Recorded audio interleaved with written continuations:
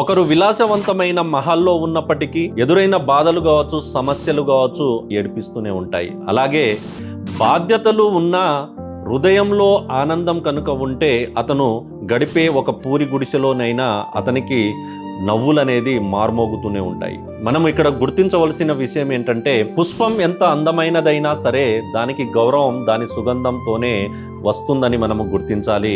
మనిషి ఎంత గొప్పవాడైనా సరే ఆదర్శం అతనికి గుణాల వల్లే వస్తుందని మనం ఇక్కడ తెలుసుకోవాలి. ఇక్కడ మనము ఆలోచించవలసింది ఏంటంటే, మన జీవితంలో మన వీపు వెనుక మాట్లాడే వాళ్ళు ఎవరైతే ఉంటారో వాళ్ళ గురించి పట్టించుకోవడం అనేది మనకు అవసరం లేని విషయం అని గుర్తించాలి. నీడ ఎప్పటికీ కూడా శరీరాన్ని దాటి మించదు, శరీరాన్ని దాటి పోదు అని చెప్పి మనము గుర్తించాలి. సో జీవితంలో మనం సక్సెస్ అవుతున్నప్పుడు మన వెనుక చాలా మంది మాట్లాడుకుంటారు కాబట్టి దాని గురించి ఆలోచించడం కంటే మన ముందున్న మన లక్ష్యం గురించి ఆలోచించడం ఉత్తమము. ఇలాంటి మోర్ మోటివేషన్స్తో మీ ముందుకు వస్తుంటాను.